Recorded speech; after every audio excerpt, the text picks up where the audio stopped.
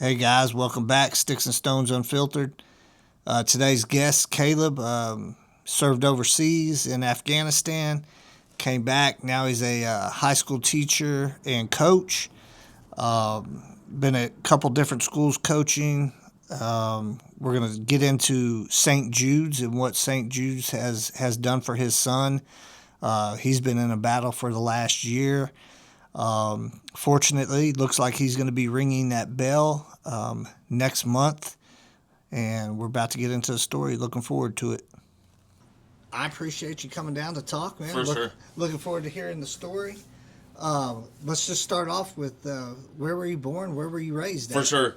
So I was born here in McAllister in 91. I want to say Dr. Thomas was the one that delivered me, just like everybody else down here. I grew up here in McAllister. My mom and dad got a divorce when I was young, so I went to live with my grandparents there in Richville. So I went to school at Krebs, and then my mom married the music teacher at Crowder when I was in 4th grade. So we moved out there, and that was such a blessing, to have been raised by my stepdad, John Wilcox. Is just a mountain of a man. So did that, and like every other boy that... Where'd you graduate from, Savannah? I graduated from Savannah. Yeah. Did you play baseball? I did not. I played some ball in Arizona. I moved midway through my Gotcha. high school years. So Crowder High School has been known for baseball. I mean, just some dudes. I can remember as a elementary kid, junior high kid. During the spring and fall when school's out, you went to the baseball field. They were either playing or you were out there playing. So that became a big part of my life. And had some great coaches down there. I don't know if you know Curtis Church, Brian Deathridge, Mark Woolard, Larry Tucker, Bobby Tucker. Yeah. His brother Larry was my coach in high school. And, those guys and my stepdad are kind of the reason why I got into teaching. But went through high school playing baseball, basketball. Wanted to play college baseball, wanted to play college basketball. You got to be good to do those things. What year did you graduate? 09. 2009, okay. Yeah. You got to be good to play. Yeah. You got to be good, and I wasn't very good. It wasn't for lack of love. I loved it and just wasn't very good. And I'd always kind of thought, maybe I should join the military. Maybe that's something I'll do, And it sounds cliche to say, had uncles and grandpa in it. It sounds cliche, but I thought, I want to make a difference. So go talk to my parents about college and whatnot, and hey, we can't. They're both school teachers. We can't afford your college, man. Uh-huh. So I enlisted in the military. I left for boot camp in 2010, November 2010. Report to Fort Sill. Go through boot camp. Go through AIT as a field artilleryman, 13 Bravo, and graduate from there in February, March timeframe. And they say you're going to Fort Lewis, and I was like, okay. That's, where's that at? Right. Seattle. That's what I was about to ask you. Yeah. They said, you're going to Seattle. I was like, man, that's going to be a long drive. I'd never flown before. Oh, Lord. And like, no, you're going to fly. And I was like, you got to be kidding me. So they take me to the Lawton Airport, and we get there, and it's like a plane from like the 80s. It's got like the rotors on the front like this, and there's a guy out there jump starting it like this. So I thought, no. This is not good. This is not good. So get up there. I'm 19 years old, and report to my unit, and they say, hey, we're going to Afghanistan this fall. And I said, okay. As a lifelong first responder, you basically write a blank check to be cashed at any time. So you kind of knew in the back of your mind that's what it was going to lead up to, but I said, okay, it's good. We'll do that. How old are you at this age? 19. 19. I'm 19 years old. We leave for Afghanistan in November, and I can, just little vivid images. As you get older, you start losing those images. If you don't replay them, you start losing them. And I can remember very vividly when we got there. Do you know what HESCO barriers are? No. So they're these huge, like aluminum boxes with burlap in the middle, and they fill it with sand and stuff to make it bulletproof barriers. I know what you're talking about now. Yeah. And I remember getting off the helicopter there at Fob Bostic, which is in RC East, Kunar Province, and there was a huge chunk missing out of the side of it. And you didn't have to ask them what it was. You start playing in your head. Right. I know where that's from. And as a 19-year-old kid, you're like, okay. So we roll along there. Okay, this is not good. Yeah, this is not good. So I roll along there in Afghanistan, and like I said, we were in RC East.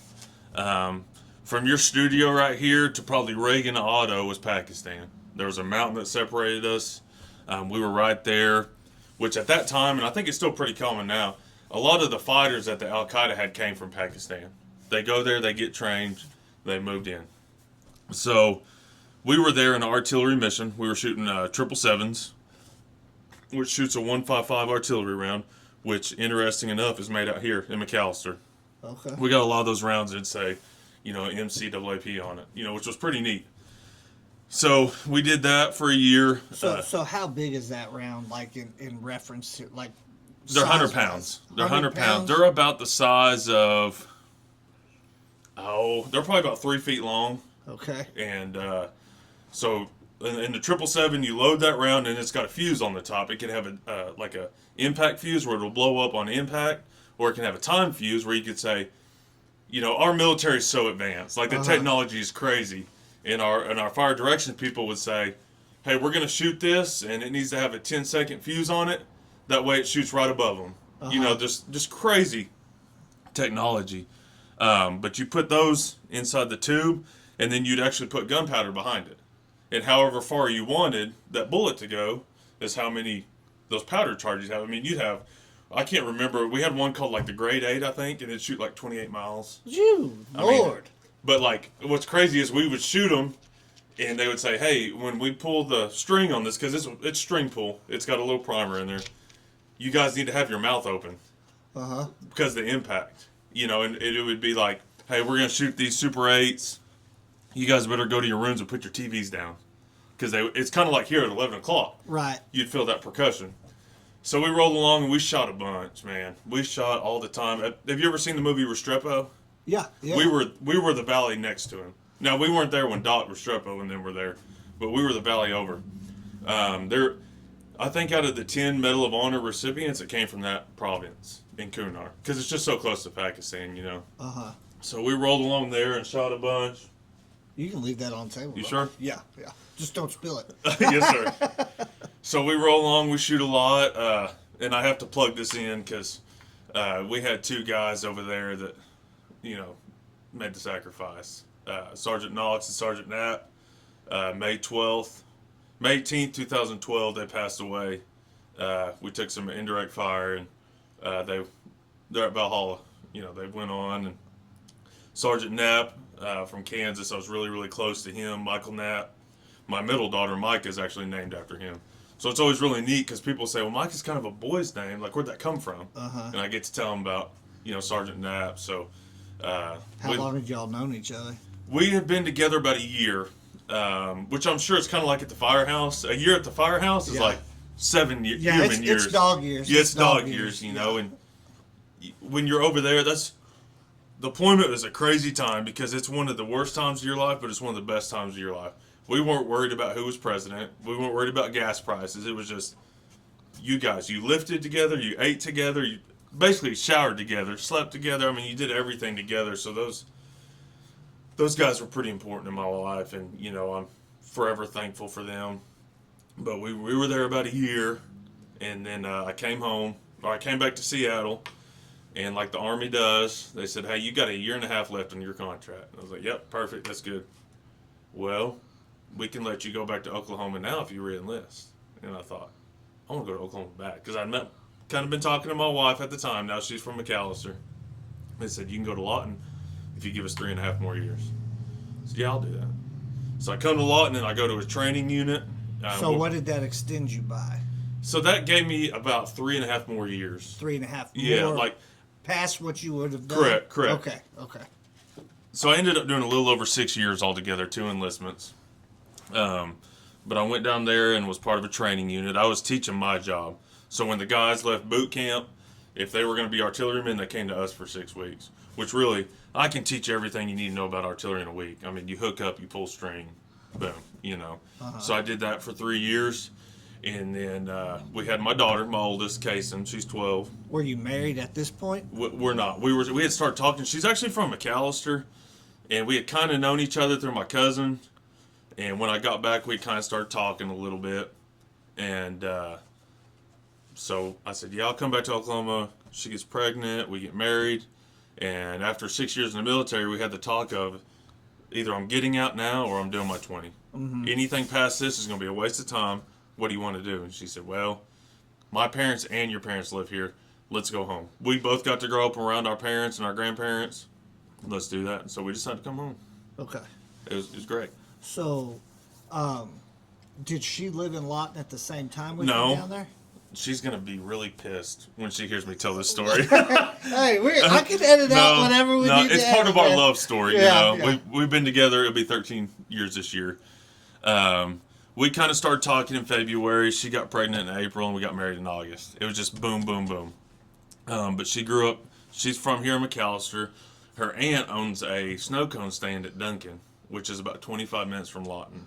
Okay. So she was out at Carl Albert going to school on scholarship, and she came to work at the snow cone stand during the summer, and one thing led to another, and she gets pregnant, and man, thank God her dad didn't beat the crap out of me. He should have. I mean, one of the many times he should have, But I said, let's get married and let's make this work, And like I said, almost 13 years later, it sounds like it worked out pretty well for God's blessed us. God's really blessed us. For just a second, I thought this snow cone stand was going to have something to do with the baby making, and I was like, "This is going south real quick." But yeah, absolutely. Okay, so you first baby, yeah, you're still in, or you're just getting out? So we had her in February of 14, and I transitioned out of active duty in October of 2015. Okay. So we had her out there at Comanche County Hospital there in Lawton. We had her off base. They were great out there. We were given the option: do you want to have her on base or off base? And we visited like the little OB there at Reynolds on Lawton at Fort Sill, and she said, "I want to go off post for it." So we had her there and lived downtown. Don't recommend living in Lawton to anybody. It's a little rough, Yeah.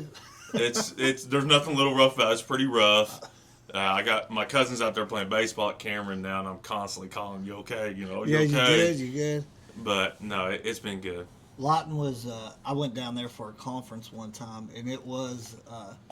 They didn't warn us, but they were like, "You guys probably should go just where we go." Absolutely. And it was like, okay, yeah, that sounds good. There's got to be a reason they're saying that. Absolutely. Did you spend any time at the wildlife refuge? So we would go out there and like where we would shoot at. So like our training, when we bring those soldiers in, like the first 2 weeks you're just doing classroom stuff, because there is some danger to shooting a 100-pound bullet. Well, yeah, I would think like a mile from city limits, Right. But our range where we would shoot at was just right outside that refuge, and we would go out there and see the buffalo, see the elk. That was really cool. Go eat Mears Burger. Have you ever had a Mears Burger? Yeah. So that was really cool. And I love Western Oklahoma. Like, of course, I grew up with my grandpa who read the Louis Lamar books, watched the John Wayne movies. So I just assumed that's what it looks like, So I really enjoyed it. And she's got family out by that way. So we spent a lot of time at the refuge. It was pretty neat. Yeah. I've only been there twice.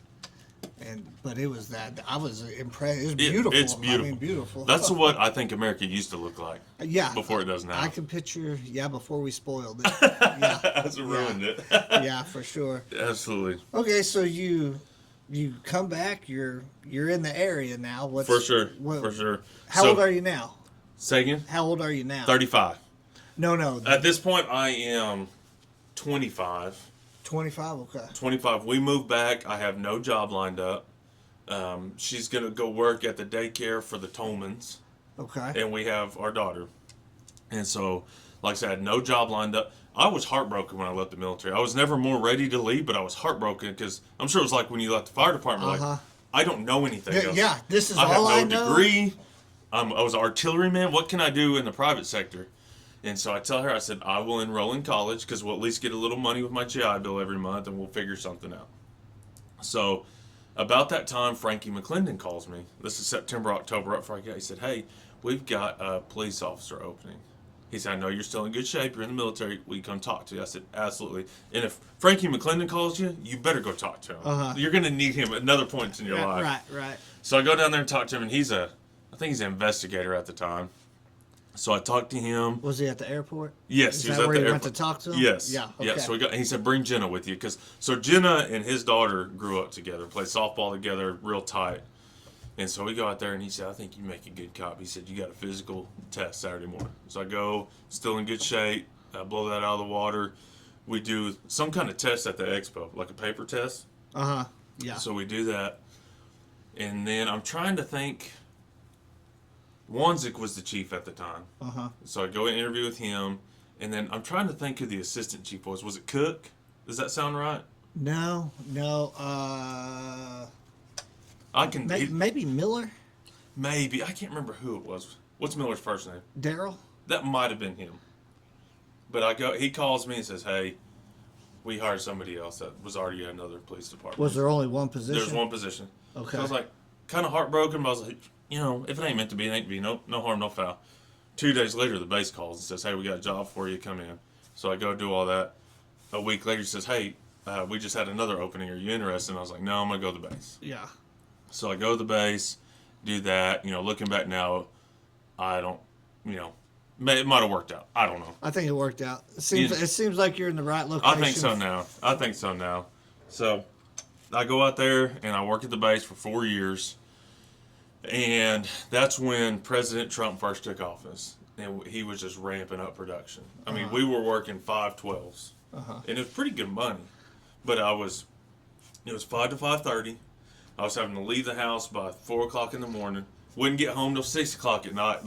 And I'm just, at that time, there wasn't a whole lot of college online. I was having to go to the higher ed building. And I would take college classes till 10 o'clock at night. And finally, I just reached my breaking point after about 2 years. I told my wife, I'm never working any more overtime. I'm not going to do it anymore. I cannot do this. Yeah, overtime is a double-edged sword. Dang right it is. Because you're like, man, this money is great. And every time you get that paycheck, you're like, I could do it another week. I could do it another pay period. Yeah. But at some point, you're like, Yeah. man, I'm selling my life. Absolutely. I'm selling the hours of my life for this extra money. And they were smart about it because they come ask you on Monday morning, like, oh, Friday don't sound bad on Monday morning, but No. Thursday evening, you're like, oh, man. Yeah. And if you call in on an overtime day, you're probably not going to get the opportunity to work it again. Yeah. So I told her, I said, I'm going to quit working overtime, try to take a few more classes. Let's get this thing taken care of. So we roll along. I do that. I graduate college. And Bobby Tuck. Was that 07-ish? No, we're 16, 17-ish. I got out of the Army in 16. Okay. So I finished my college. I graduate in December of 2019. And that's when we were in class together. yes. Okay. Astronomy, right? Yes. Miller, I think was his last name, wasn't it? I cannot remember his last name. Scott. Philip Scott. Yes. That was a credible class, dude. Probably one of the funnest classes I ever I had. love that class. And when I tell people, they're like, astronomy, really? It I'm was like, awesome. I'm telling you, like, this guy It made was so it much fun. fun, dude. And I saw it somewhere on my computer. I have a picture. He brought a telescope, and everyone was taking pictures through the telescope of the moon. I thought, Yeah. that's neat. But I don't know if you remember him telling us about the solar equinox that happened last year. Yes. He was like, I've already booked out my hotel, and this guy's crazy. Yeah, like, this guy is a nerd, but no, he was right. super smart. Yes. Like, yeah. It was crazy. It's kind of going forward, and we'll come back to it. It got so busy in LaFleur County last year. Yeah. When that came through, we had to cancel school. They Really? would not, emergency managers we don't want your buses on the road. Yeah. There's not going to be any gas. Anyways.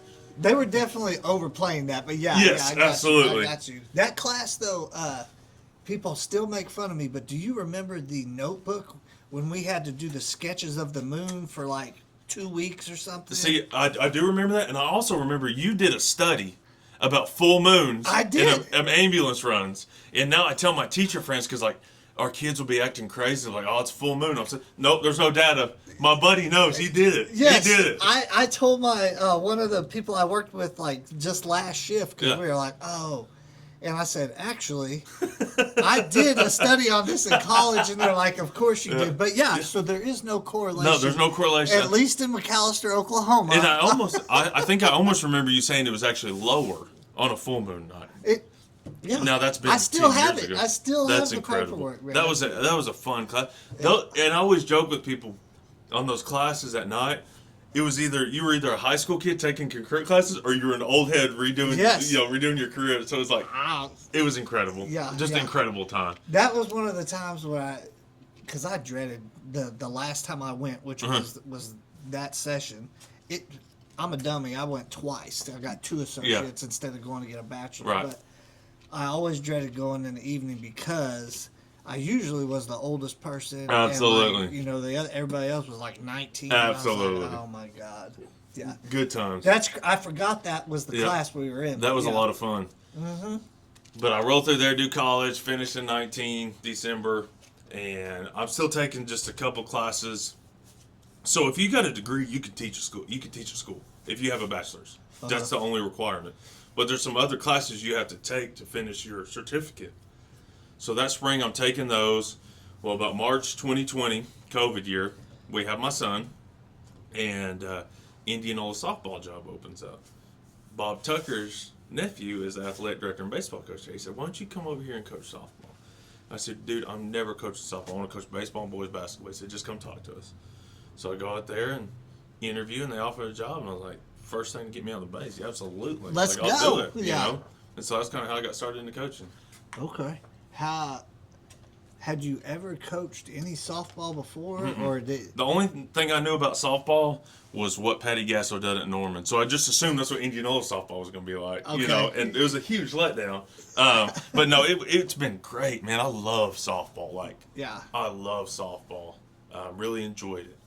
Really enjoy it. My cousin, he coached his daughter, which I think is how a lot of people get into the coaching. But he coached his daughter, and he's still a softball fanatic to this day. Mm-hmm. And I mean, he had a little travel ball team for years, but he's still a fanatic. This is what I tell everybody that gets into coaching. Girls are the easier one to coach. Girls want to do what you tell them to do. You got a daughter. She wants to make dad happy. She wants to make dad proud. And girls, you don't have to worry about their ego. They're gonna have their drama. Don't get me wrong. They got But they'll run through. If they know you love them, they will run through a brick wall for you. They will defend you to the end of the earth. Yep. And so that ended up being the best thing that ever happened to me. And I had some really good kids there that worked really, really hard for me, and I'm proud of all of them today. That first Indianola team was just so special to me, because we got to learn together. Kind of a funny story. I'm sure it's the same thing as being in fire or law.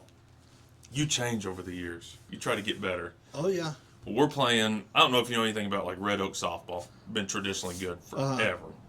Well, one of my good buddies coaches softball there, Casey Butcher, and we would go play him every year, and we were horrible. So we're playing them one game, and I'm just letting these girls have it. I'm throwing the bucket, I'm kicking the trash can, and that coach comes in there and says, what are you doing? And I said, what do you mean what I'm doing? You're making yourself look like a you-know-what. And I said, well, they're not doing... He said, they're doing as good as they can. He said, are you coaching that hard in practice? And I said, no. He said, you're just trying to make yourself look good then. And I've taken that my whole life. Now I just kind of sit on the bucket, because if you're doing your job in practice, the game will take care of itself. Yeah. It's harder to live by it, but it makes sense though. I mean, if you're practicing as hard as you're going to play, then exactly. You don't. Everyone thinks you get in the game, and that's when the coaching happens. It's not. You do some adjustments and some fine tweaking, some tactics. Yeah. Yeah. But for the most part, if you didn't practice it in practice and you're yelling at them in the game, well, you got egg on your face. Yeah. If you didn't have it dialed in at practice, you definitely can't expect it. Absolutely. I mean, in emergency responder realm, we always say you're just going to fall back on your training. Absolutely. You're not going to rise to the occasion. So. That's a great way to put it. I mean, that's a perfect way to put it. But the Indianola job was a great job. I had 2 really good administrators, Dr. Peary and Mr. Newman. Mr. Newman's at Savannah now. They were awesome. They let me coach how I wanted to coach, and worked out really good. And in my 3rd year there at Indianola, so the athletic director that hired me at Indianola, he left a month after I took the job. He's my lifelong best friend. We were going to get to work together. He calls me and says Worcester Baseball opened up, which is a traditional powerhouse. And I said, you got to go. You got to go. So he goes out there. And so for the first 3 years he's out there, I'm here at Indianola. He calls me in March of 2023 and says, hey, our softball job's open, and they want you to come down here. So I said, okay. I said, let me talk to my wife. So I talked to my wife, and she says, we don't want to move yet.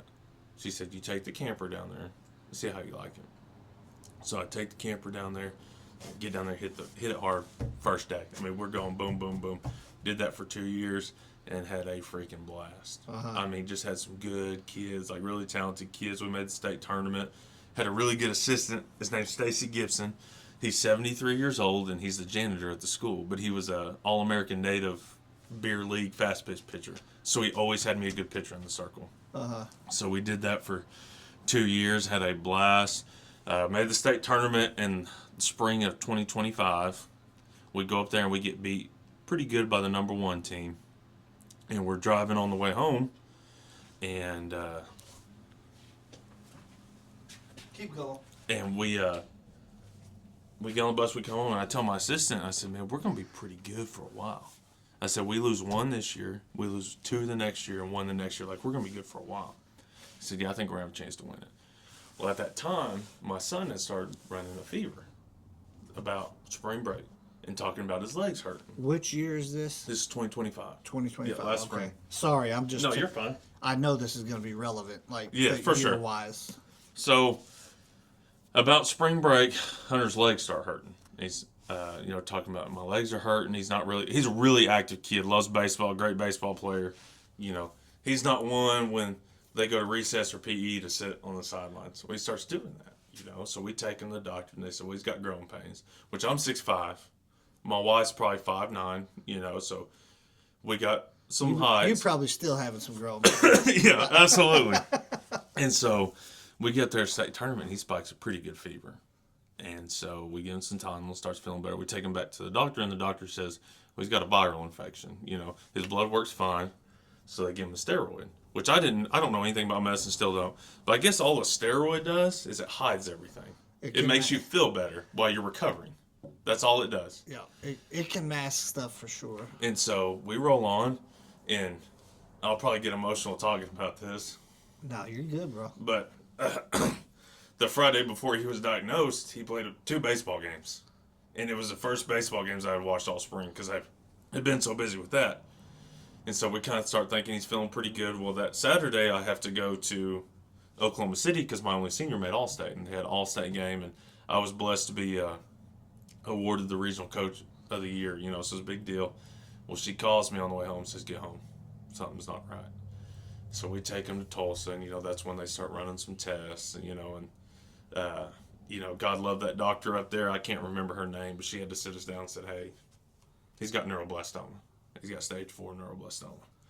And so in my mind, as a father, you're thinking, what's all that? I don't know what any of this means.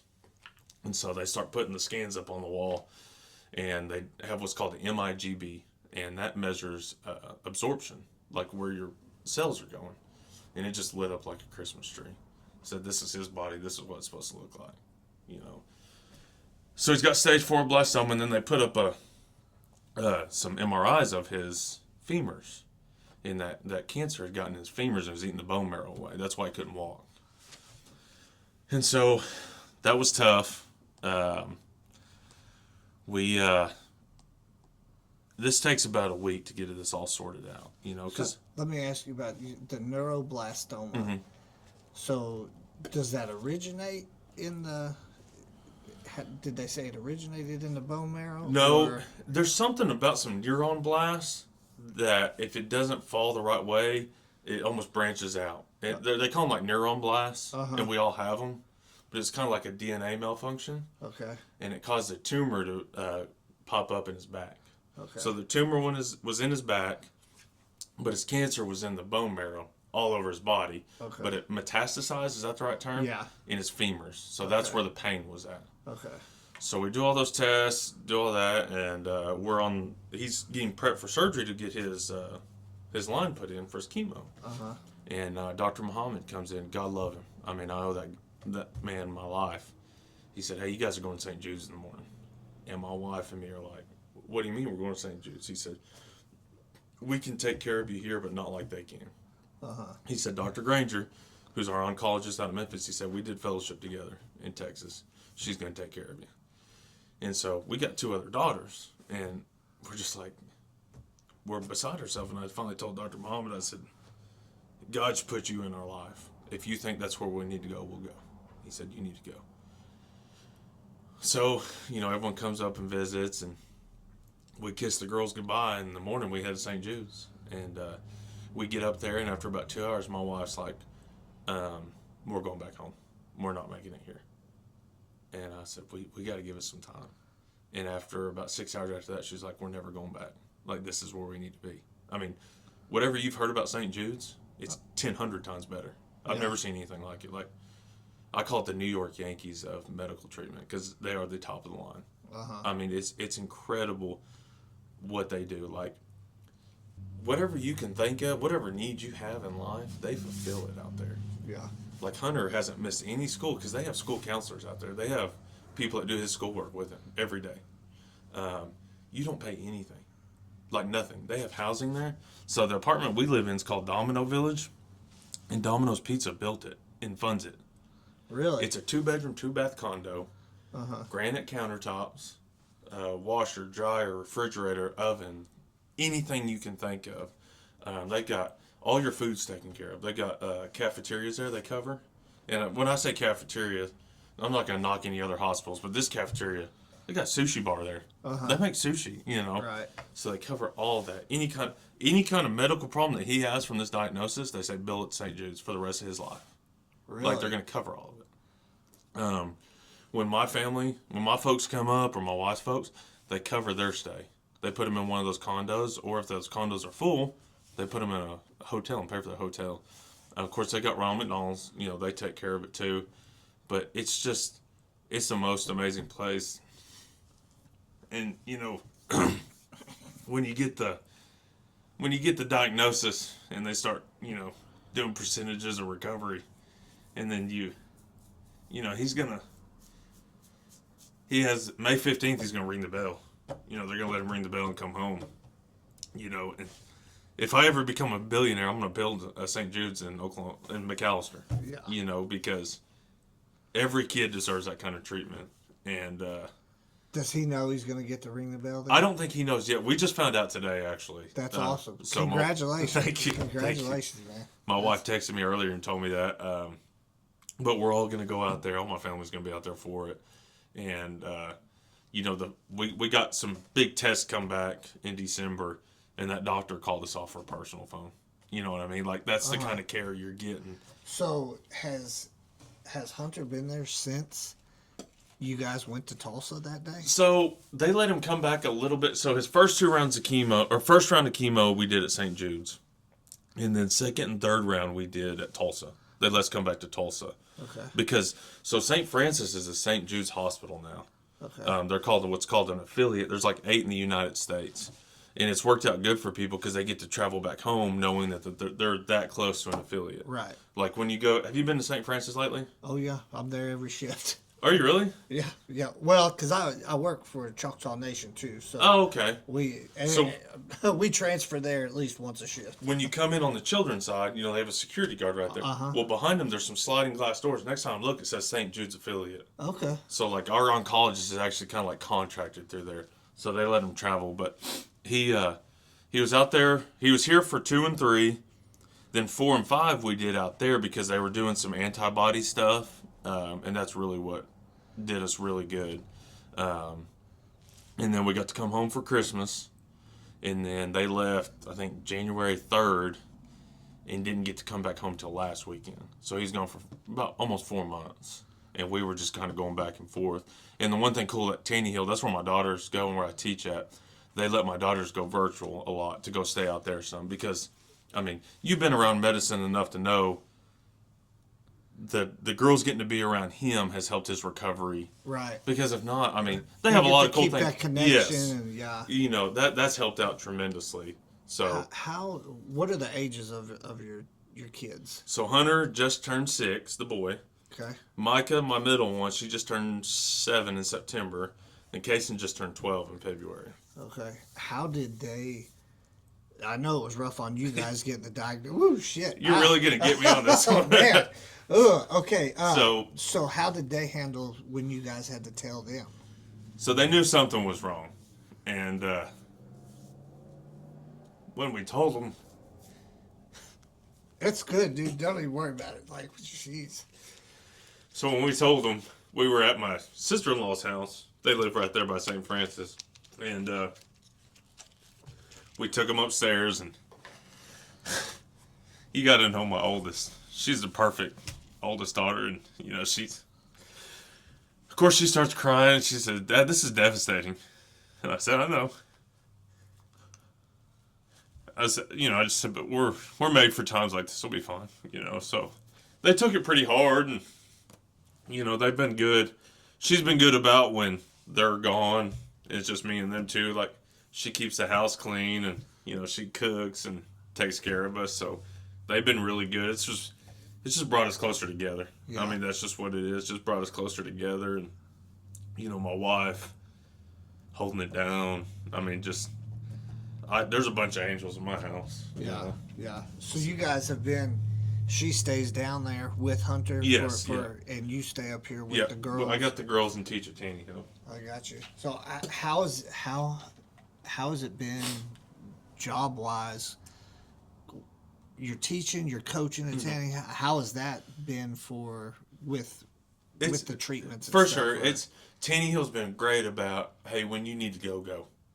So they actually, what's crazy, God does crazy things. Like, my wife was going to go teach at Taney Hill before Hunter got sick in May. They had called and offered her a job. And they said, come in and interview. And they said, bring your husband. Of course, we had just gotten a BL state tournament. I think we're about to go on this run. And Mr. Booth and Miss Ross there, the administration team, said, hey, why don't you come here? And I said, I don't mean this to be rude, but I'm never coming to Taney Hill. Like, we're about to be good for a while. This is not really what I want to do in life. And so about a month later, I had to call him and eat my crow and say, hey, do you still have that job open? Because there's no way I could have went to Worcester. Yeah. And so they have been awesome. But they had already hired another guy that was going to help out.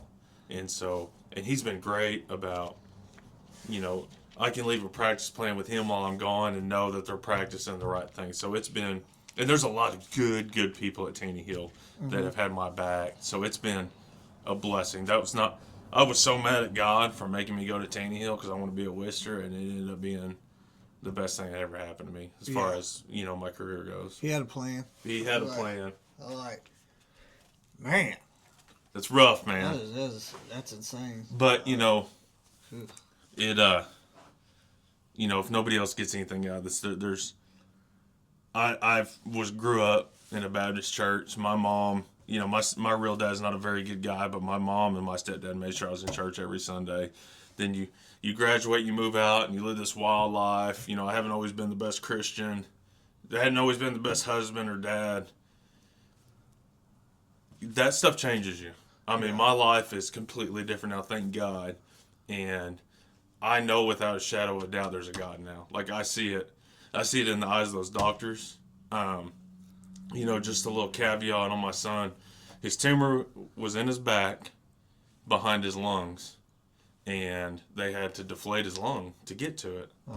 And they just put like a little needle in his back, cut it out, and pulled it out like that, and that's a God thing. Like, I can't, I was trying to wire up a hook the other day, and I'm like, doing this little number thing, and they're just boom, boom, boom.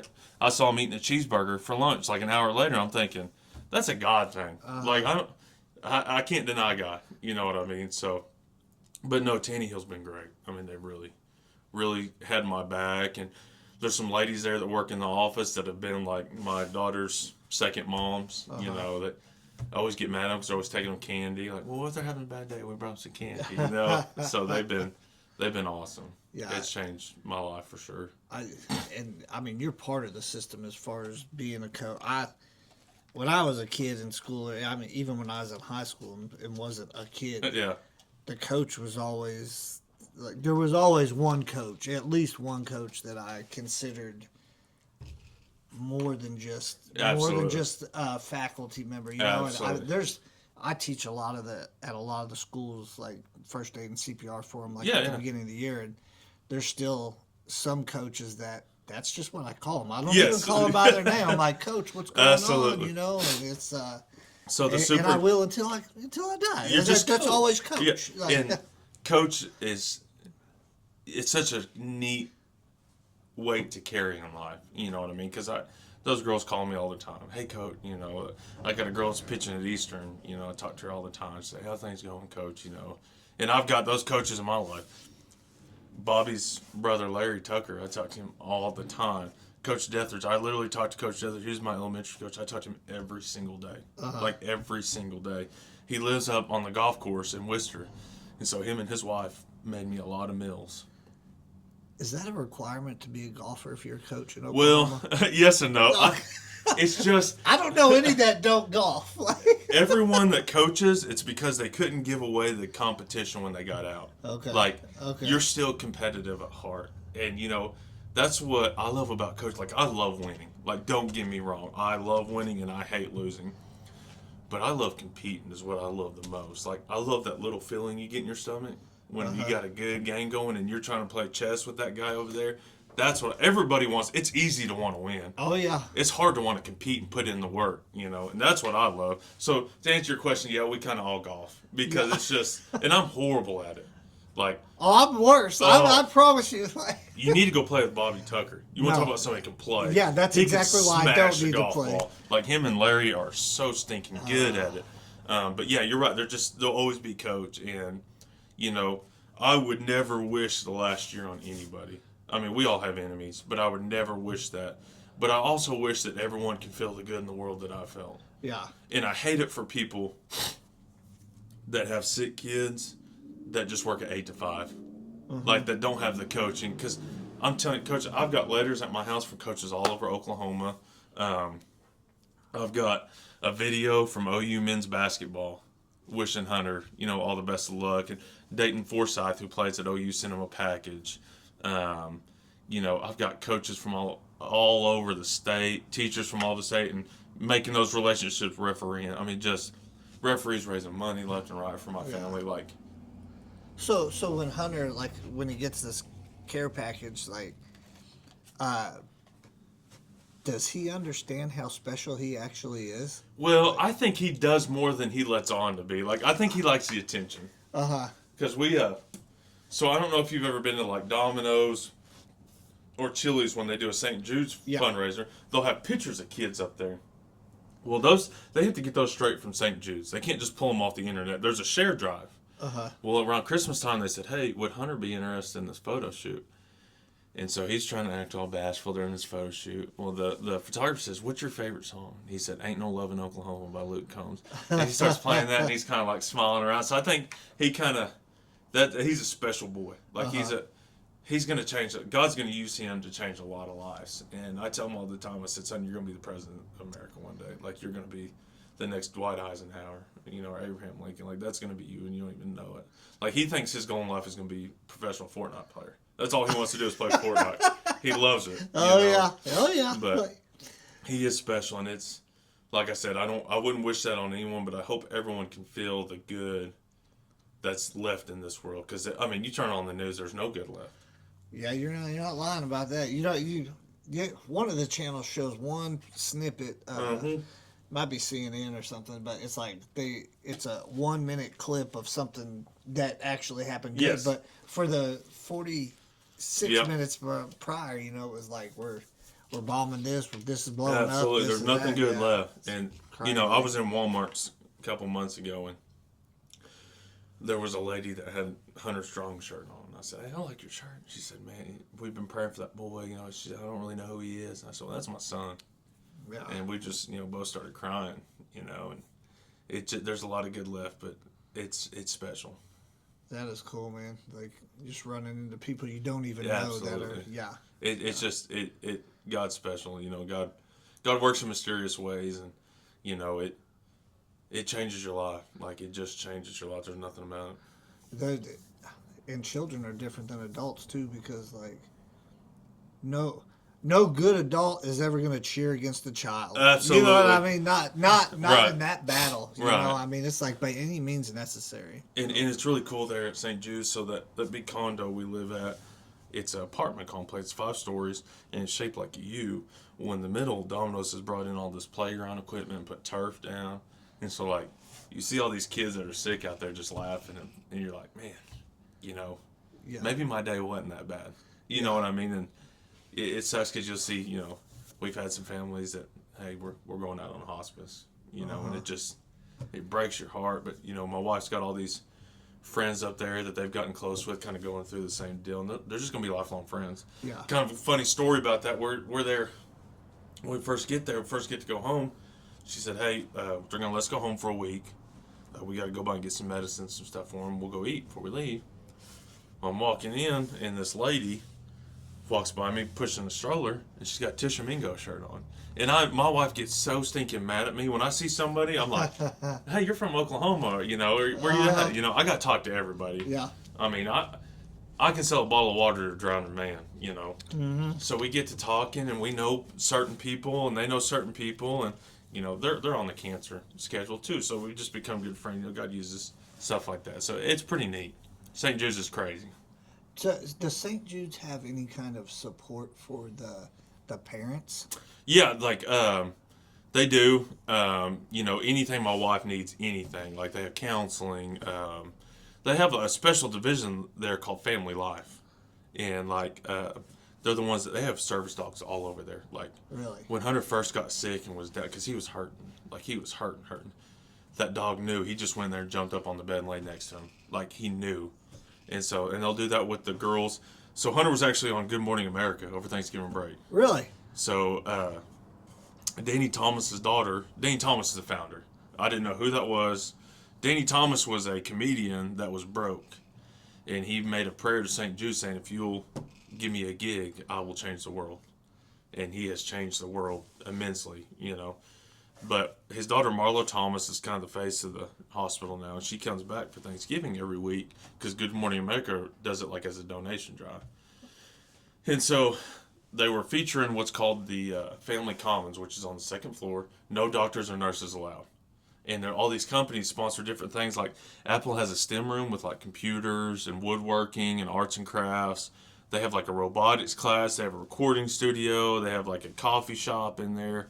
All this stuff for families. So Marlo came down to kind of feature that, and she had a bunch of kids out, and you know, she's saying, you know, what's your favorite part of St. Jude's? And you see my son raise his hand. He said, I like the doggies. You know, so that's I like the doggies. I have plans to get I like the doggies on my chest tattooed one day. You know, so they have that support. Like my daughters, they'll take my daughter. They have a nail salon in there where you can get your nails done, you can get your hair cut.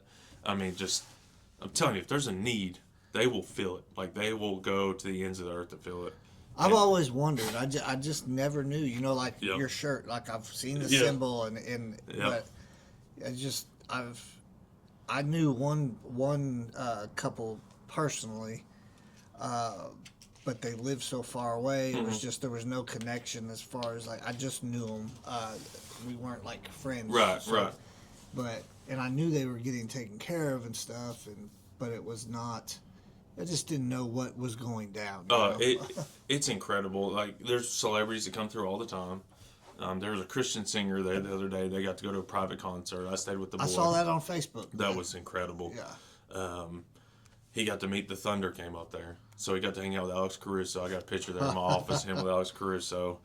And then so he had to get a bone marrow transplant, which is just his stem cells coming back in his body, which was rough. That was a rough 3 months.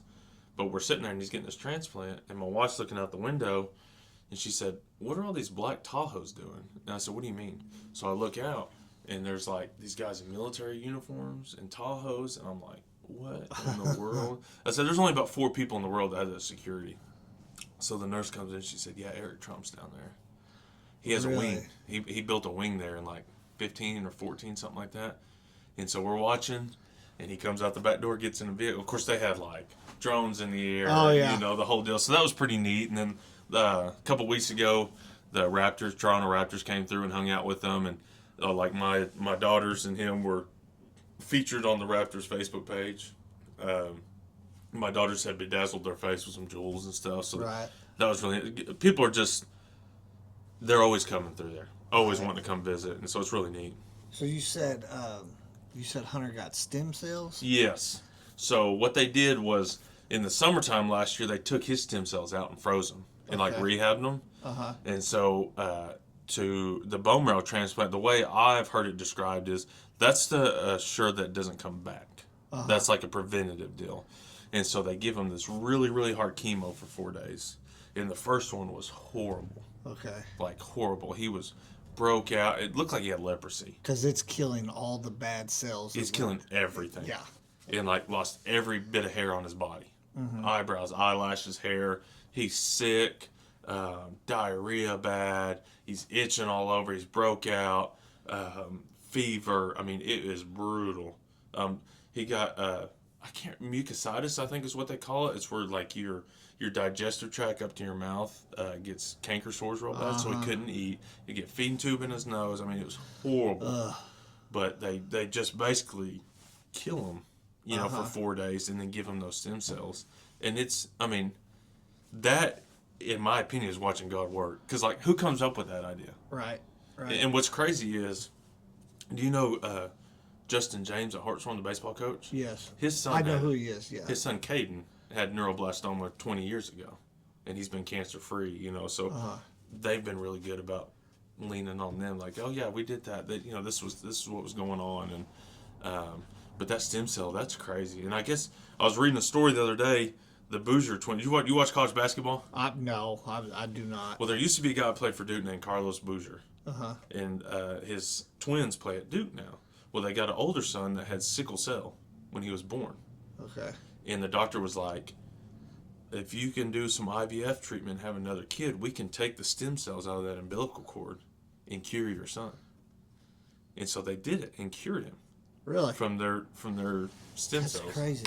Stem cell deal's crazy, dude. Like, well, my wife, she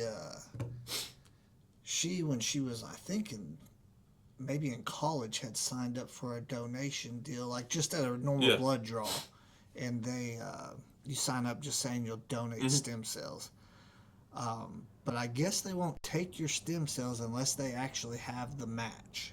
Gotcha. So she gets a phone call. This is just last year, and we're a long ways from college. Right. Okay. She gets the phone call, and they're like, hey, we found a match. But by the age guidelines, we're out of the age guideline area. But if you actually are a match, they'll bump it up some. Well, anyways, she has to go up to Tulsa, and they do a bunch of testing to make sure that she is a match, you know, just crossing the T's, dotting the I's. And then they're like, hey, we're not going to do it. We have another person. Well, I mean, less than a week later, they call back and they're like, we do want to do it. Will you do it? And she was like, yes. I'm like, of course I will. Right. Damn. I hear you, dude. I'm just telling you. Well, just hearing your side of the story, it's crazy. God breaks your heart. You know what I mean? Yeah. In a good way. He softens your heart. Well, she signs up, and she has the option to drive to Houston or fly to Houston. And either way, they'll put us both up because, and they said, they're like, we're going to give you this stuff that is going to boost your stem cell production, so it's going to make you sick. Well, they say that with all medications. Right. You know, I'll ride through this, no big deal. Right.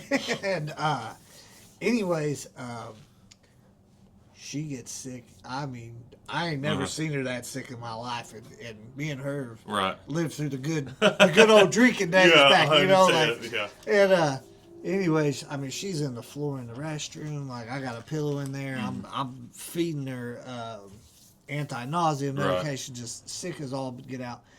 And she had thought she was going to just drive down there. And I was like, hey, I'm going to just take off work. We'll fly. Right. We fly down there. Sick as all get out. It's supposed to take like 4 hours to do this stem cell donation in Houston. And we get in there. Well, of course, she's still sick. Yeah. Everybody else in there donating is just having the time of their life, drinking snacks. And I mean, and I'm like, oh my God, she's about to croak. Well, anyway, so they're taking it out, and I donate blood all the time, but it's completely different. Not plasma, not anything. But it is kind of weird because it taking your blood out, taking the stem cells, and anyways, there were some people there that if you don't get enough the first day, they bring you back the second day to complete your donation. And so, I've never heard of anybody that actually got stem cells. For sure.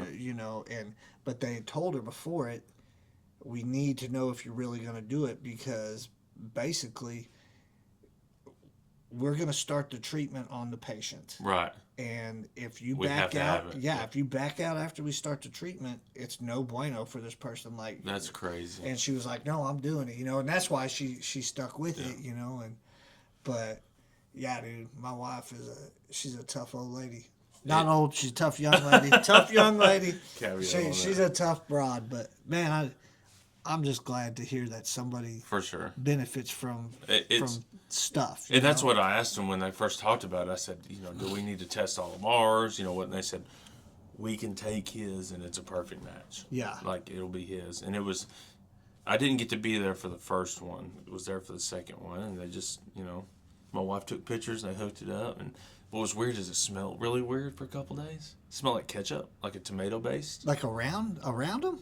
Yeah, Or- like the whole room smelled like that for like 2 days. Like Really? ketchup. And they said it would smell like a tomato based. I don't know why. That's crazy. It was crazy, but it, and that's the cool thing about St. Jude's is like they have these hospitals there, but there's so many research centers inside that campus, and they're constantly like, when we got there, they're like, "Do you care if we study your son while this is going?" Where is St. Jude's at down there? Downtown. Memphis. In Memphis, okay. So, have you ever been to Memphis? No. So when you come into Memphis, you cross the Mississippi River. That's the Arkansas-Tennessee state line. You cross the river. There's the Bass Pro Pyramid. It's right next to it. Okay. And so my wife had never been to Memphis. So backstory: when I was a kid, my grandparents got in a wreck in Memphis. My grandpa passed away, and my grandma was just tore to heck. So she had to go. What do y'all call it? Like a stage 1 trauma center? Yeah. So top of the line. Yeah. So we were down in the middle of Memphis when she had her wreck. So that's all I knew of Memphis. And so I told my wife when we got to Memphis, it's a little different. Well, you just kind of get off the highway and go right in there. And she's like, why'd they have like these 12-foot gates around here? And that's one thing they do. Security is high. You can't just walk into St. Jude's. Right. They have like 4 or 5 gates, and they have their own security they contract, and then they pay Memphis cops to, like, you call it moonlight? They moonlight those places. And, like, there ain't no loitering. Like, you move on, Get along. There's a Planet Fitness down the road that I try to go to, and you got to drive through the heart of Memphis. I mean, Memphis is tough. I mean, there'll be, like, guys in chairs like this sleeping in the middle of the road, and they might wake up, whip it out, and go to the bathroom. It's just, it's so bad. And the bad thing is you have the hospital, some apartment complexes, then you have the jail. Yeah. So I'm sure it's like here, a lot of them, when they leave jail, they don't have anywhere to go, so they don't squat. go too far, yeah. They squat. So it's just right there off the river. But they do such a good job. Everything's enclosed. Like, nobody's getting in there that ain't supposed to be in there. Right. And they got random guys walking around security, like, checking in. Like, you can't just walk in, so thank God they do that. Yeah. But it's right in the middle. That's a good barbecue down there. Really good barbecue. Memphis, yeah. It's really good. And we've been to, like, Graceland, that's been cool. And the Bass Pro, man, if you ever get a chance to go to that Bass Pro, it's phenomenal. I want to go to the pyramid. It's sweet. And they have a hotel there, so stay the night. We haven't got to stay the night in there, but you stay the night in the Bass Pro. And, like, of course, they got, like, all the ponds and stuff. And the hotels are just around the top level. So you can just sit out on your little porch area and watch people shop at Bass Pro. Yeah. The coolest thing, I tell the story everywhere, that Bass Pro does for St. Jude's patients, on your birthday, you get to fish the pond. Really? He caught some trout. He got to go trout fishing on his birthday. That is awesome. And he caught, like, some big ones. Like, that's been my dream, is to go fly fish somewhere. Like, I want to go fly fish. And the Bass Pro Shop sounds like a good place. That's what I told my son. I've been dreaming of this for 35 years to fish the Bass Pro, and you got to do it, man. Yeah. So that was cool. They do, and they let you go to the top of the pyramid, which I'm scared of heights. But you can go up there and look over the Mississippi River. That's pretty neat. But it's just right down there in the middle of town. That's cool, man. I'm glad that they take care of these kids. All those places around, like the zoo, free for St. Jude's patients. Graceland, free for St. Jude's patients, and Graceland's expensive. Right. It would have cost us like $200 to go. Really? Like, I don't even like Elvis that much. Right. The only reason we went is because Lilo and Stitch. You ever watch Lilo and Stitch? Oh, yeah. Oh, There's like a million Elvis songs on it. So my daughter, my middle daughter, what she asked for Christmas was a picture of Elvis put by her bed. So she thought it was just like the neatest thing. But they do a lot of stuff in that area for St. Jude's. It's incredible. That's awesome. That is awesome, man. I'm going to ring the bell May 15th. May 15th, we're going to ring the bell, and That's awesome. I'm sure I'm just going to bawl like a baby. I mean, I have Y'all cried. going to have a big coming home party for him? I am going to do something spectacular. He's got a Make-A-Wish trip coming up. We don't know where we're going yet. We're going to try to schedule that during the summer. We're going to have some kind of big party. I might streak down Main Street. You know? Whatever it takes. Whatever it takes. You know, it's incredible. And they're actually home right now. So they got to come home last night for the weekend. We're going to start radiation on Monday. That's what leads up to ringing the bell. Okay. So when they took that tumor out, they took everything that they could see. There's still some stuff underneath. They said it could be scar tissue. It could be a multitude of things. We're just going to radiate it out. Right. And then once they do that, it's just ding, ding. And Good. he'll have to come back some in the fall for some antibody regimes, which is kind of like therapy. Yeah. And then we'll transition into once every 3 months, going up there for full body scans. If those look good, then we transition every 6 months, 12 months, 18 months, and then I think after 3 years, 18 months, whatever that is, every 5 years for the rest of his life. Yeah. We'll go back, which we've already decided it's going to be once a year until he turns 18, and they're okay with that. You know, you can come back and do tests whenever you want. You know, that's what they want you to do because, you know, they do a week-long of tests, you know, urine analysis, blood work, sleep study, just, you know, anything they can do to improve recovery. Right. Man, that's cool. That's good stuff for sure. He's a fighter. Like, That's, you know, and not to get back on the sappy pose, but, you know, I hope that I never ever have to hear him say again, do I have to do a chemo again this week? You know what I mean? Like, nobody should hear that. Nobody, anywhere, you know. But, yeah, he's a fighter. We're proud of him. We're really proud of him. Well, different subject, but, like, what does he think about his dad being a teacher and a coach? Like, is he looking forward to getting back in the routine? I think so. It's going to be hard for him to go back to work because he's just been with his mom for a year straight. You know what I mean? And I can read a funny story. We're going through that bone marrow transplant. He's feeling sick, and his tutor comes in to read him a book, and he said, "I'm not doing math today." I'm not doing math. You know, so he kind of knows a little bit, but you know, that's when I grew up having parents that were educators. I knew we never had any money, but anytime I was off school, we were always together. Like, we went to school together. Like, I hope my kids can know that, hey, you know, Dad didn't have a lot of money, but he's with us all the time. Like, yeah. And what's crazy is when I left Indianola, I swore to my wife, I will never coach my daughter again, and I will never coach basketball. And I shouldn't have said that because I had to do both this year. But my poor daughter, my oldest daughter, I mean, you could tell her to run through the wall right now. Yes, sir. Yes, sir. So we're playing this year. She's in 5th grade. And I'm acting like an idiot on the sideline, like I always do. And my daughter don't block out, and this girl gets an offensive rebound. And I wear cowboy boots when I coach, so I can stomp the floor. And I got a water bottle in my hand, and I slam it down, and I get up, and I stomp my foot as hard as I could as I got up. Well, she just happened to be running towards me at the same time. This all happened in a split second. So she goes like this, and I just let her have it. And my mom is behind me, and I get this long text message after the game. Your daughter's going through this, blah blah blah blah blah. And I said, I know, I'm sorry, but she was yes sir, and just went on, you know. So it's you know, I'm excited for the future, and you know, I'm ready for us all to get back together because there's nothing better than working where your kids go to school. Like, that is the best thing in the world. Like, so.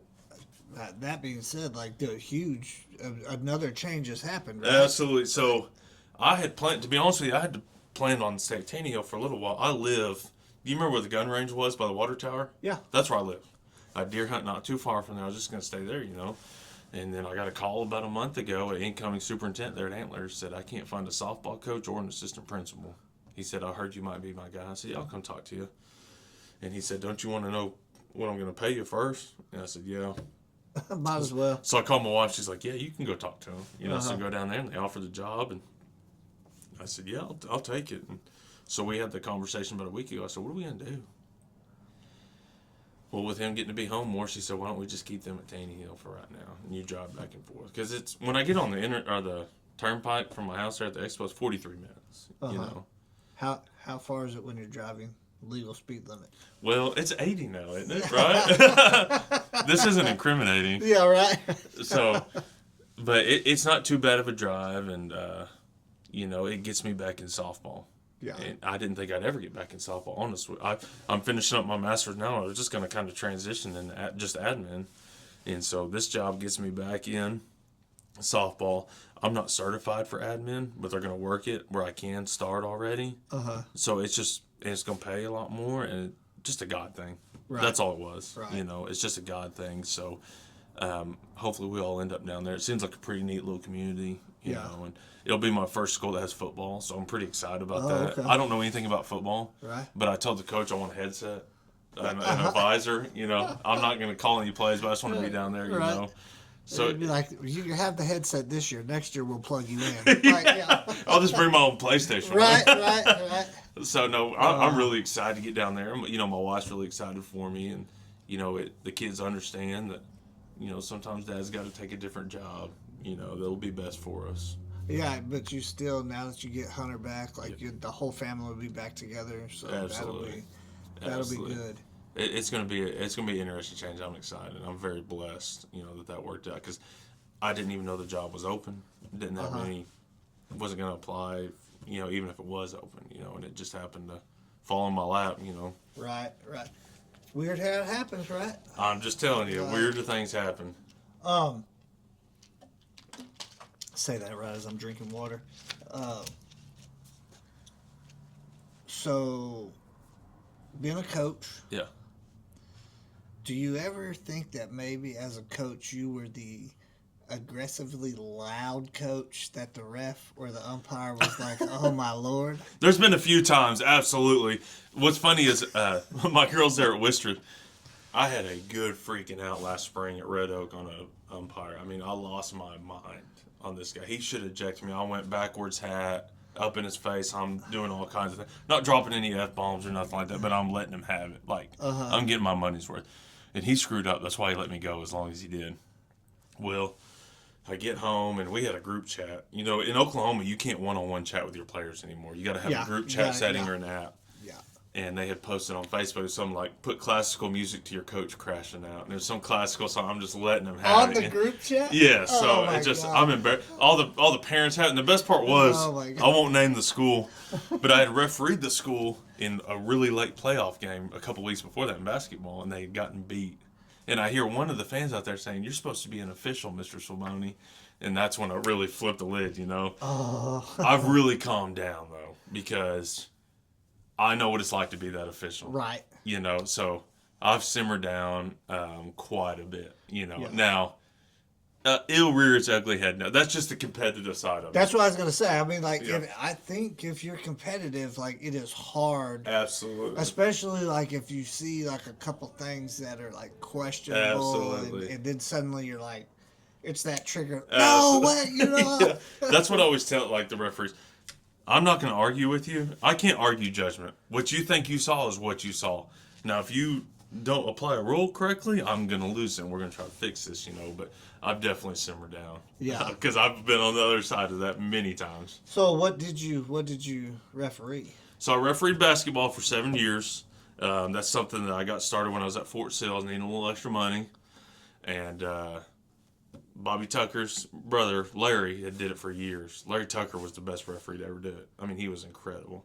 So I kind of talked to him about it, and he said, call this number at the state, find out what you got to do, if it's still the same. So I took my test, and I asked the lady at the OSSA, I said, who do I need to get a hold of? I'd like to call. So there was an association there at Lawton that fills a bunch of school schedules, got hooked up with them, and it was like I was playing again. I was like, this is fun. This is fun. So I spent a year doing some junior high and junior varsity. The next year started working in the high school, and did that for 3 years. Then moved back home and got out of it because I was going to school full-time, working full-time. I had no time to referee. Right. Then when I took that Indianola job, I kind of got back in it. And I got really serious about it. Started going to camps, started working further in the playoffs. And, like, every year you work a little bit further in playoffs, they pull you a little bit more. Like, okay, this is fun. You know, you start getting the good games. And not this past year. I only reffed about 15 games this past year, but the year before that was lucky enough got to call at the Big House for the state tournament for the first time. And it was such a great experience. How crazy was that? So, the Big House was a weird venue because it was too big for small school basketball. But it was really, really neat because I got to play on there when I was in high school at Crowder. We played in the state tournament. So, it was kind of a full circle moment. So, it was just cool. And, like, my wife and kids got to come. And, you know, it was just really special. And, like, one of those deals where I hope my kids saw, if you work hard enough, you can meet a goal. And that was my goal. I wanted to get to the state tournament before they tore it down. And for 3 years, that 3 years when I got back in it, I burned up the road every night. From November 1st to March 1st, I was calling somewhere every night. Because those coaches fill out a list of who the officials are that they like. And that's how they decide to go to the state tournament. Like, that's part of the criteria getting in, is making coaches lists. So the coaches fill out, like, this one's trash, this one's good. Absolutely. Like... So you have an evaluation system, and then when playoffs come out, a coach puts their top 15 officials they like, or who they would want in playoffs. And so, like, I was living in Worcester. I would drive to Medill to call. I might drive to Porter to call. Because the association, when they look at the list, they're like, okay, well, Kaleb made a list of Medill and Porter and, you know, Podo. That's what they look for, like all these lists all over the state. And so, like I said, burnt it up, and it was fun. Right. But it's a young man's game. Yeah. I mean, coaching at Worcester, we would play softball. You know, we'd start school in August, play softball till October. I'd referee November to March. We'd roll into slow pitch in March, finish slow pitch in May, roll into summer ball. And then roll. I mean, just always going, always going. I was like, so I'm out of it now. Yeah. I don't do it anymore. Yeah. I'm done. It was fun.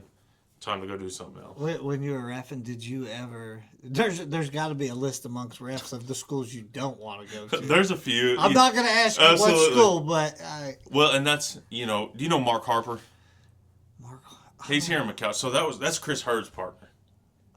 Yeah, okay. Mark Harper is one of the best officials in Oklahoma. Yeah, I know who you're talking about. And there's coaches that can't stand him, hate him, won't hire him for nothing. So if Mark Harper has those places, Kaleb Swboni is going to have those places. Oh, yeah. And it doesn't work out. I mean, it's just like fire. You know, there's fire departments you'd love to work at, and ones you're like, I'm never going there. You know, it just ain't going to work. And same thing, people you work with, some people you're not going to get along with. Yeah. So the good thing is there's like a million schools in Oklahoma. And I would tell coaches, like, don't hire me anymore. I'll stop 30 minutes shorter and go to the other school. Right, you know? right. If you don't want me here, it's okay. Yeah, it's okay. There's others around there, so there's definitely a list. It's like as a fan, too, there was places I knew, like I was going to watch a game, and I was just like, Lord, help me make me through this game without acting dumb, you know. And but then there's one in particular, coach, that we always sat behind the bench for the last 4 years. My boys played ball, and he is as high strung as they come. Yeah. But I'm going to tell you right now, he's an awesome coach. Yeah, I mean, he is an awesome coach. He doesn't wear cowboy boots, but if he did, it would be deafening. How he stomps. But I love sitting behind that bench because you can see. When he's giving his talks, when we got a timeout, I mean, he's lighting them up. He's giving good information to you know. And then you also, if you sit back there, you get to hear him when he turns around and says something he thinks nobody's listened to. It's absolutely, like, I got you, coach. They got some good one-liners. Yeah. Well, that was the cool thing is like, you know, it's human nature.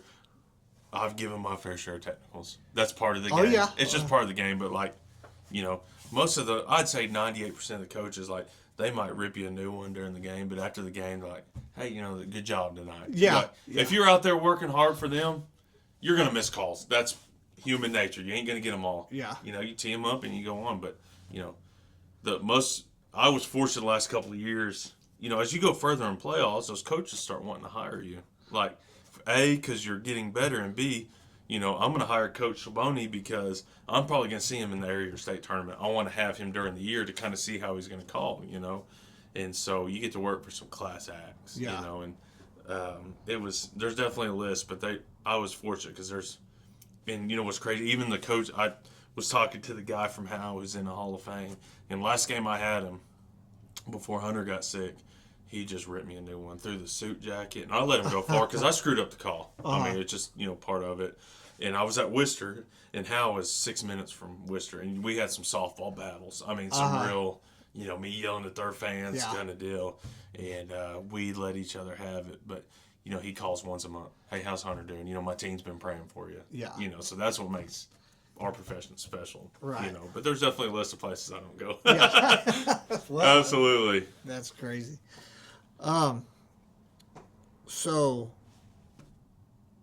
I asked this question, the last question I ask everybody and everyone. What would you say, and you know a bunch, you've been handed a bunch too. What would you tell yourself at 19 years old now if you could? I knew you were going to ask this, so I tried to prep myself for this. I don't know how you prep yourself for it.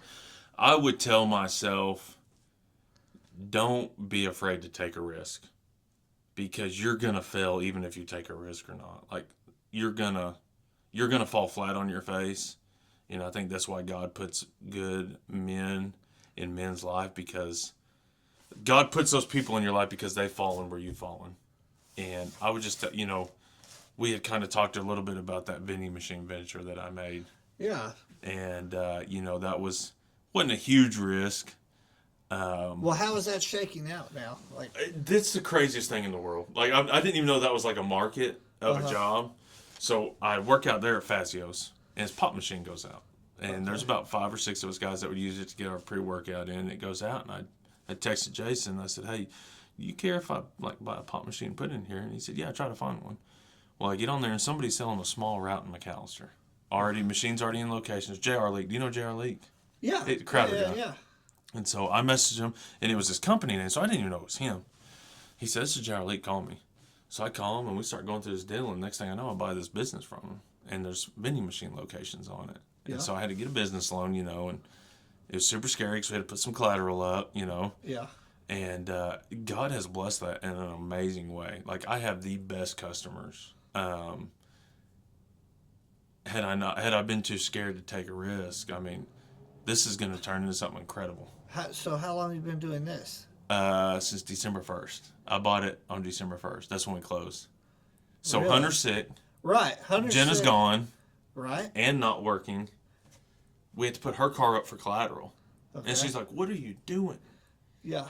And I said, well, kind of a backstory on that. My father-in-law owned the... You're about to blow my mind on this because that... Okay, yeah. It's crazy. Right. My father-in-law owned the car wash in Savannah for years, and I had the opportunity to buy it when I first moved back. I didn't have a job, and I didn't do it because I was scared. Uh-huh. And I've kicked myself in the rear my whole life for it. But she says, okay, if you think you can make this work, do it. So we signed the paperwork. He hands me the keys. I take over. I'm trying to, do all this, and people just start calling me, hey, would you put a vending machine location? I have a list of people waiting on me right now. Right. I just can't keep up, and so... you're a small business owner. Word of mouth is incredible. Yes. But you can't out Facebook. You Live can't or die. out Live or die by it.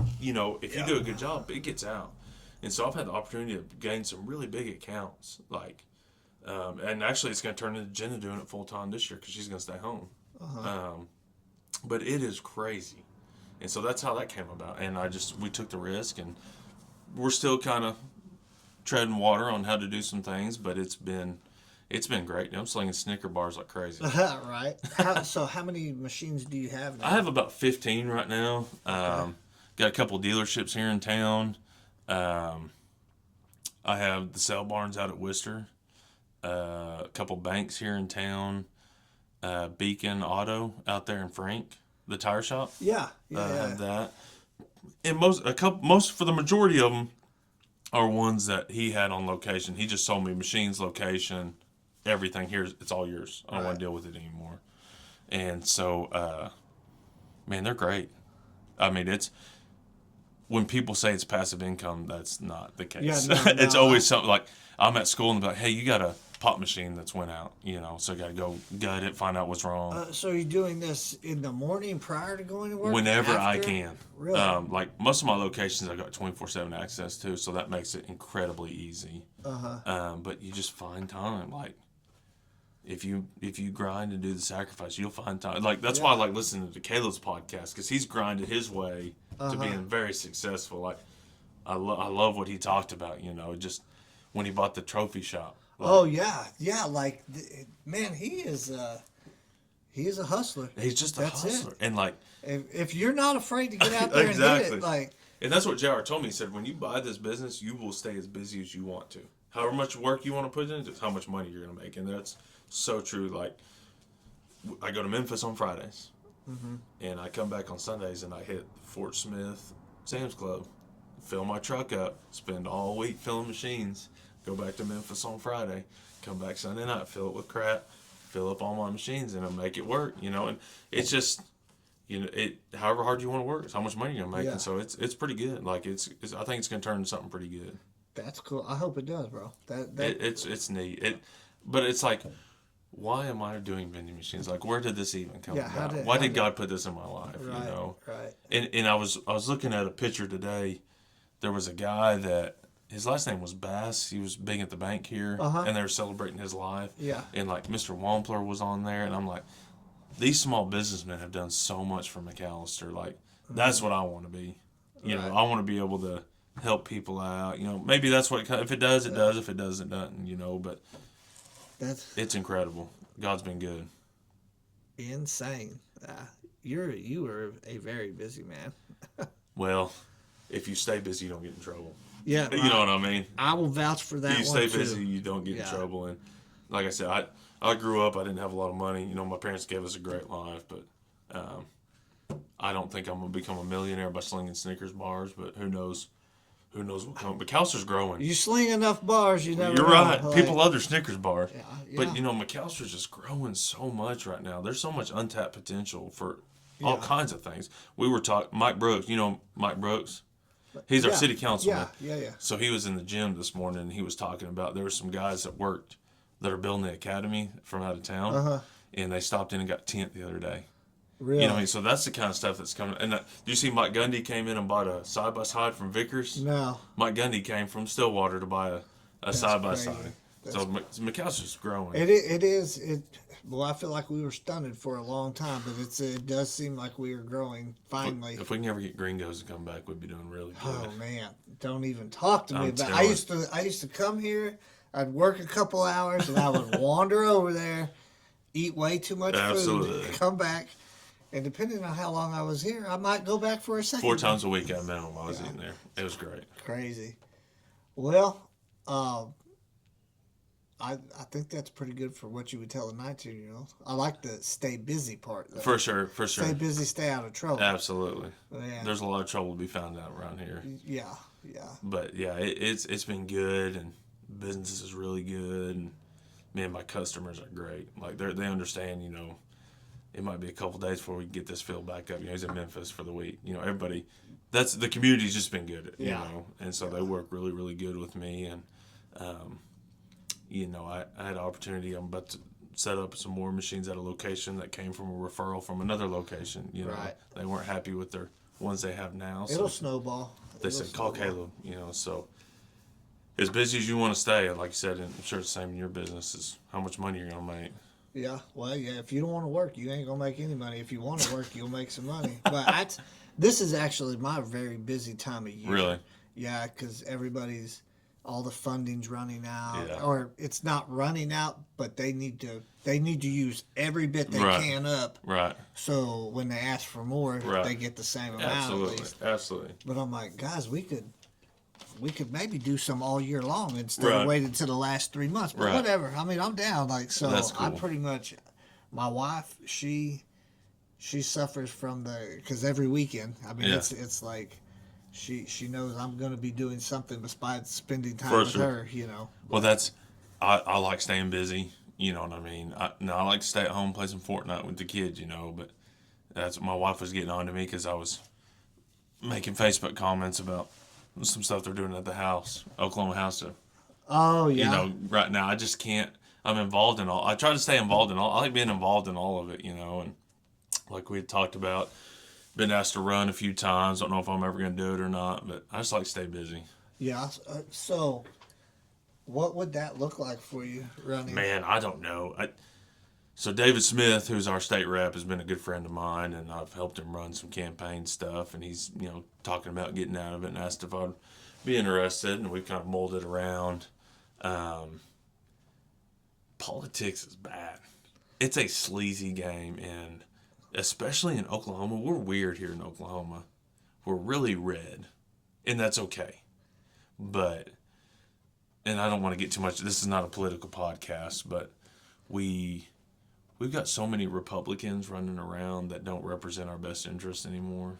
Mm-hmm. And I just don't think that, if you look at all the people that are getting elected now, it would shock you the percentage of how many are running unopposed. They're just walking back in. There's a ton of people walking back into and positions. you and I both know that's not good for business. No. Whether in law enforcement, it wouldn't be good for the same sheriff to have it all the time. Repeatedly. And I think the world of Frankie McClendon. Yeah. I think the absolute world of him. Yeah, I know what you mean. You got to have the contest. We can't have someone get it 10 times in a Absolutely. row. Yeah. So I go up to the Capitol a little bit and, kind of mull around, especially when it comes to public education. That's something I'm really, really passionate about. I don't know if I'll ever run. I don't know if I'd subject my family to that. Yeah. Political office, I just wouldn't make a good one. I'd be a one-termer. I would be a one-termer. I hear you. Like, I've never been one to just go with the flow. Absolutely. Well, we got too many up there just doing that. Yeah. I mean, we need some people we need good people. They're ready to.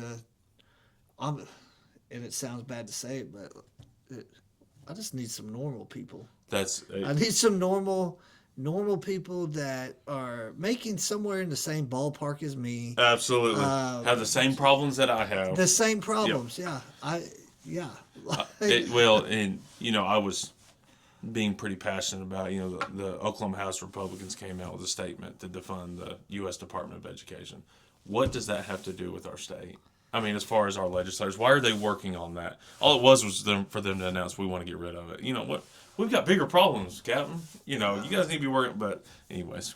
Well, it'd be interesting. I hope you do run. It would be good. You say it's not a political podcast, but I just did a podcast yesterday, or recorded it yesterday, of an opposing.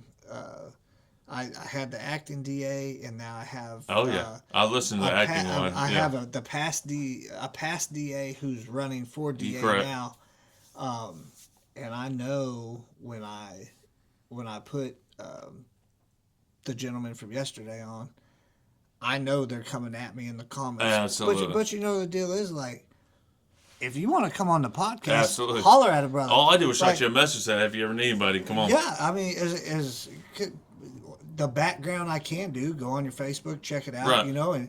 And maybe ask around. But, like, if you want to come on a podcast, holler. I'm not going to tell somebody you can't come on absolutely. Because you're running for this or right. you're running for that, And the same way, even if they're not running, right. I still do it. I've had a couple guys ask to come on that I'm like, no, I don't think so. Not today, but right. Well, I'm a huge podcast guy. I love listening to podcasts. Yeah. I don't listen to a whole lot of music. That's why I've always liked Joe Rogan. Sure. Because he's like, hey, you guys all come on. Yeah. I don't care. We're going to be as unbiased, He's had Alex Jones on there, It doesn't matter. You come on and we'll talk about it, And that's the way news was meant to be, in my opinion. I get all my unbiased news from Joe Rogan. All the medicine stuff he talks about, I like all kinds of crazy stuff. I'll listen to anybody that absolutely, as long as you're just not so far in left or right field that I just can't understand it, or like it's totally against something that I am for morally. Right. But I mean, besides that, come on, let's talk and do whatever. Absolutely. But I literally, I think probably 100, anywhere from 100 to 120 road trips to Tulsa or Oklahoma City last year. and then this year will be the same. So we're talking thousands and thousands of miles, and it's the podcast that I listen to. I've been listening to yours on the way. I won't listen to them during the week. I'll wait till I'm going to Memphis. Yeah. And I'll listen to that. And do you still take all your trips to Florida? Because I remember when we were in college, you talked a lot about going to Florida. I love wanting to move down there. Yeah. I still want to move down there. Same. I have my daughter's graduated now. She's a nurse. My son is about to start his first year in college. And so we're hoping he successfully launches, gets some college out of the way, and we'll see what happens after that. What part of Florida do you want to go to? I would love to move to the Panhandle. Just like Pensacola, Panhandle? Yeah, I went to Pensacola for the first time, which is crazy for the first time, like last year. And I love Destin area. I know where to fish in Destin. Yeah. But Pensacola was so much more low key than Destin. I could make that happen, and it's cheaper. Yeah, it's cheaper. I would really like Navarre. I like that. I would like there. They got a fishing pier. Yeah. Because I could still get around really good right now, but I see myself in 20 years. I need a pier to get out absolutely. on. I'm not gonna be climbing on them jetty rocks and stuff. Have you ever had Pompano Joe's down there in Destin? Yep. That's one of my favorite places. So right about the time you were in college, my in-laws took us to the beach. I'd never been to the ocean. Really? I'm 25 years old, and we drove straight there and stopped in Destin at Pompano Joe's. Mm-hmm. And I got out, in the parking lot, and you come over and you see the water, and I was like, this is the most incredible thing I've ever seen in my life. Like, this is what I want to be right here. We're on this water, and I have fallen in love with the ocean. We went snow skiing since, but beach is where I want to be. And I got a buddy moving to Pensacola. Yeah. And he's like, you come down whenever you want. Seashells are on point at Pensacola. It's awesome. But they, the water's just, you're in the United States, and this is still it. Now, I have heard, I've never been to the Keys. Yeah. I would like to go to the Keys just because they said the water quality down there, like, it's even better. Yeah. But any time I can look down and I can count my toes in the water, I feel like I'm in the right place. I sunburn bad. Yeah. Like bad. But my favorite thing, I have a turtle box. You know what turtle box is? Oh, yeah. I like to turn on Jimmy Buffett and like to lay down on a chair and just listen to the waves all day long. Like we went to Dolphin Island. Have you ever been to Dolphin Island? I have, yes. Tell this story. I got a good one on Dolphin Island. That's our spot. Because and I'm sure you're this way now with kids, I don't want to see college kids partying. Mm-hmm. That just pisses me off. Like, get away. That's not what I want to do. We go there and it's just all moms and dads and kids and we're all the same down there. And there's no shops. Just places to eat. That's it. One little surf shop. Yep. One little bitty surf shop. That's my favorite place. We went to Dolphin Island. We went way out. I guess it was some kind of public beach that we went out on.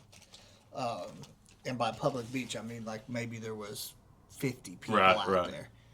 And we're out in the water kind of waiting around, and there was something going on with the way the current was going, and the water was pretty murky that day. Gotcha. And my boy's out there swimming, and we're pretty far out there. I was like, hey, man, come back over here. But, we can't see in the water right now. It's kind of being like at Eufaula. And he's like, oh, whatever, and he came back over there, and here comes this little chubby boy. I mean, he was damn near as round as he was tall. Comes out there, he's got a lawn chair, and he's got a fishing pole that's like 106 feet long. A surf rod. Yeah, I mean, it's huge. Yeah. And I'm looking at this boy, and I'm like, he's obviously a tourist. Right. And good luck to him. I hope everybody catches a monster. Right. He's literally sitting 20 feet from where my boy was swimming. He cast this surfer. You would have thought it'd go 300 yards. It went about 50. And it wasn't 10 minutes later. He reels in a shark. Now, it was not a big shark, but it was probably 4 foot. Big enough shark to take a chunk out of you. And by the time he gets it to the shore, all 50 people that are at the beach were like, oh my God. Oh my gosh. This boy picks the shark up and he yells to the crowd, does anybody have a hammer? And we're like... it was a gar out of Lake Eufaula. Does anybody have... Well, and who takes a hammer to the beach? So That boy packs his stuff up and he just has that shark under his arm and goes back to his car. And I was like, or his mom and dad's car. I was incredible. Like, yeah, all right. Incredible. That's awesome. That's the world, though. You know what I that's mean? the way I want to live. Yeah. That's the way I want to live my life. Yeah, I'm big ocean guy. Like, I love it. I might catch a catfish. I might catch a hammerhead. That's crazy. We like Dolphin Island. We call it the Branson of the sea towns because it's just a bunch of older people and kind of chill. So, have you rode the ferry over? No, we didn't get to this past time. Hopefully next time we go. We were gonna try to go to the ocean this summer, but he still got his port in. Right. So we're not gonna go to the ocean and make him sit out the whole time. Right, exactly. No, that wouldn't be right. But I always we usually used to go to Panama City all the time, and I like to do where you get in the air. What's that thing called? Like parasailing. Oh, parasailing. That's so much fun. Man, I'm not gonna do it now because I'm 10 years like older. It's shark bait. But they would, you're going and they drop you down in the water. And my wife's just freaking out. Yeah, that's the part where I'm like, how do I signal you if there's something? What's the code word we're going for? Yeah. That's hilarious. But the Blue Wahoos, have you watched them in Pensacola, the baseball team? No. They have a minor league team there in Pensacola, right on the water. Like the water's from here to the street, from the outfield fence. Go watch it. It is just it's a really neat experience. I want to go see when the Blue Angels go to Pensacola. That'd be so cool. They, it's once a year. Yeah. But I've seen it a couple times on TV. It's wall to wall boats. I mean, that's so cool. It would be pretty awesome. Well, maybe you'll get to move down there one day. We'll see. Even if I just get a condo that I can go visit that I know is buying something. How about just a lot? I'll just take my trailer down there. We tried one year. We went to Galveston instead. That was such a wasted trip. I was like, this is disgusting. It is a different world in Galveston. So I know we're running out of time. We're good, man. We go down to Galveston. Where are we at right here? We got 10%. Come on with it. We go down to Galveston, and me and my wife decide we're going to take the kids and go a day early before everyone else meets us down there. And we're notorious about going somewhere and not booking a hotel. Oh, yeah. No plans or nothing. Yeah. So we get down there, and we get to the water, and we're like, are we in the right place? Because it's just trash everywhere. Yeah. And I was like, well, we better get a hotel room. You better have a gun in Galveston. Yes. I'm just telling you. For real. We go to go in the hotel to try to find a room, and it's got double opening doors. Uh-huh. Well, the first one only opens about that much. So I've got to pull it like this and let them walk through it. And I'm like, the air conditioner. We paid $280 for that because it's beachfront. And I'm like, we're never doing this again. I went down there in my truck. I have a rack on it for my rooftop tent. Yeah, yeah. And I shot down there. The wife told me it was still cold outside. And she's like, just go by yourself. You'll be good. I was like, all right, cool. So I take off down there on a one-man guys trip. And I get down to Galveston, and I can't find any place that I'm like, this is not shady. Absolutely. Then I end up going to this place called Jamaica Island down there. And there's an inlet there, and I'm like, I'm going to fish right here. Well, little did I know, tons of people die right there every year because of the current. So, and I was a dummy. I was off wading in it, and then it's just one of those deals. You don't know what you don't know. Yeah, you don't know. But, brother, I'll let you get headed out, man. I do appreciate you coming down. Dude, thanks for having me. It's been a blast. These things are awesome. I enjoyed it. It's awesome what you're doing. I'm enjoying listening to them. I was coming back. I had to go check my machines at Worcester Tuesday night, and I was listening to, maybe it was Monday night, the guy running for district attorney, Green. Oh, yeah, yeah. And he's got some great stories, dude. He does have, man. I would like to sit down with him when it's not campaign season. Yeah. I'm hoping I can get a couple more lawyers to come on and I want to know really kind of about you, what makes you tick, you know what I mean? And I've had, I think 4 guys running for office, and they're always welcome back. Everybody's welcome absolutely. back. But I really like when, like you, I get to sit there and hear what's up, because I never would have known anything about you besides what I see on Facebook, Right. But I appreciate you coming down. We need to do this again a year from now. We do. We'll bring Hunter. That's what I was going to say. We'll bring in Fortnite. He does his little 3D printing Fortnite characters and stuff. Really? So he's big in that. So we'll bring one of those. Yeah. Have him on. Tell him I'm looking forward to it for sure. Likewise. All right, brother. Well, thank you very much, man. Appreciate it, brother.